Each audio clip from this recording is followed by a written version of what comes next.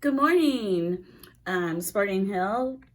Yep, it is still morning. So I am going to read a book to you. And I was thinking yesterday, we just need to laugh. And so I read a book to my husband and myself last night, and we laughed. And this book is going to probably make you laugh.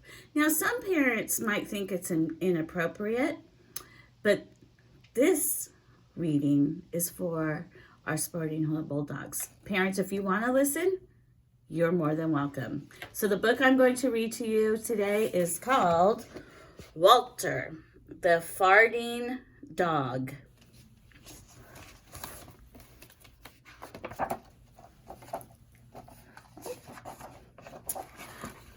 Betty and Billy brought Walter home from the dog pound. Nobody wanted him, said Billy. But we love him, said Betty. Well, he smells awful, said their mother. I think you'd better give him a bath. Mother walked in and said, he still smells awful. And that's when they got the first clue. The telltale bubbles in the water. He's probably just a little nervous, said Mother, hopefully. His stomach must be upset. But Walter's stomach wasn't upset.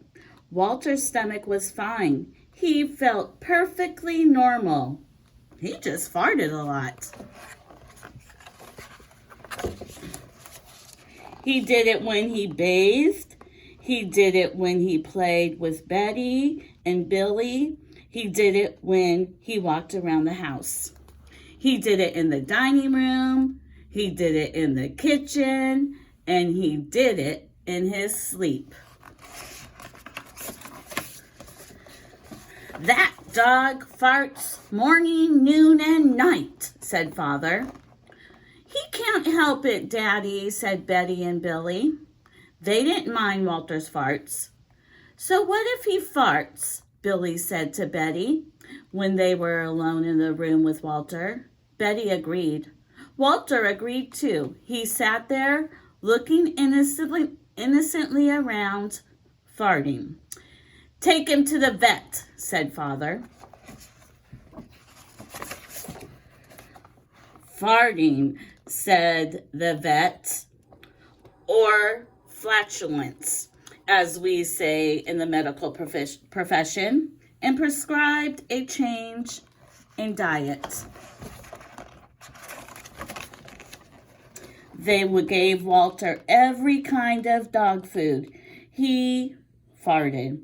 They tried him on cat food. They gave him hot dogs, hamburgers, and lettuce and tomato sandwiches. They gave him fried chicken. They gave him rabbit food. They made him a vegetarian. No matter what that dog eats, he turns it into farts, roared Father. Walter got the blame for everybody else's farts, too. If Uncle Irv let one slip, he just went and stood near Walter. Then all he had to say was, Walter! And everyone would look at poor Walter. He had to go back to the pound.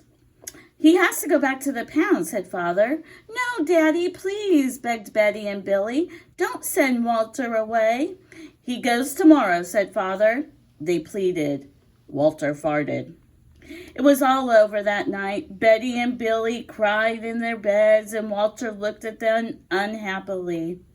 Oh, Walter, said Betty, you've got to stop farting. Because Father is going to send you back to the pound tomorrow, said Billy. Walter knew how serious the situation was. He'd never see Betty and Billy again. He resolved to hold in his farts forever. When Betty and Billy fell asleep, he walked down to the kitchen to see if there was anything around to eat. He managed to open the cupboard door with his nose and found a 25-pound bag of low-fart dog biscuits the vet had prescribed for him, which had made him fart more. Even though he knew they made him fart more, he couldn't resist. He ate the entire bag. Very tasty, said Walter to himself. And then he went and lay low on the sofa. A gigantic gas bubble began to build inside him. This is going to be trouble, he said to himself nervously. He was afraid of what might happen if he let it go. He thought maybe the house would explode, so he kept it in. It wasn't easy. In fact, it was torture, but he had resolved never to fart again. His future depended on it. As he lay there with his tail tightly between his legs, he heard a noise at the window. He watched it slowly open. A pair of burglars came through. They dropped silently into the kitchen. "Watch out for the dog," said one of the burglars. He won't bite, said the other. He's a wimp. Walter might have bitten them, except he was so filled with gas he couldn't move. They tied a rag around his snout so he couldn't bark. "Okay," whispered the first burglar. "Let's clear this place out." They took everything they could get their hands on. Walter wanted to stop them, but he was having unbearable gas pains. He rolled on his back and waved his paws in the air. He gnashed his teeth. "We've got it all," said the second burglar. "Let's go." That's when Walter let it fly. It was the worst fart of his life.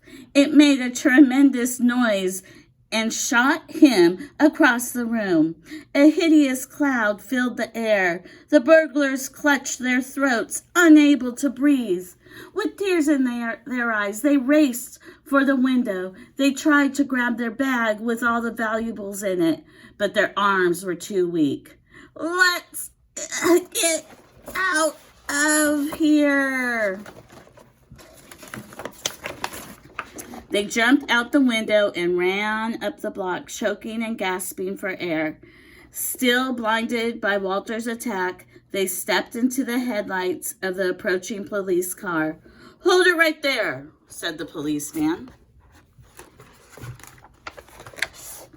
When father and mother came down in the morning, they found the open window, and they saw the bag with their valuables in it, and Walter was sitting beside it. He still had the rag tied around his snout. You'd have to say he looked heroic. "He saved the silverware," cried Mother. "He saved the VCR," which is like a DVD player. So cried Father. "Good job, Walter. You're our dog, even if you do fart all the time." And so the family learned to live with Walter, the hero dog. And that's the end of our tale.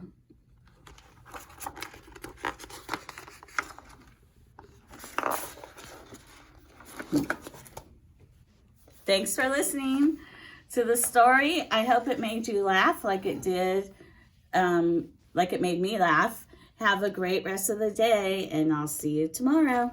Bye.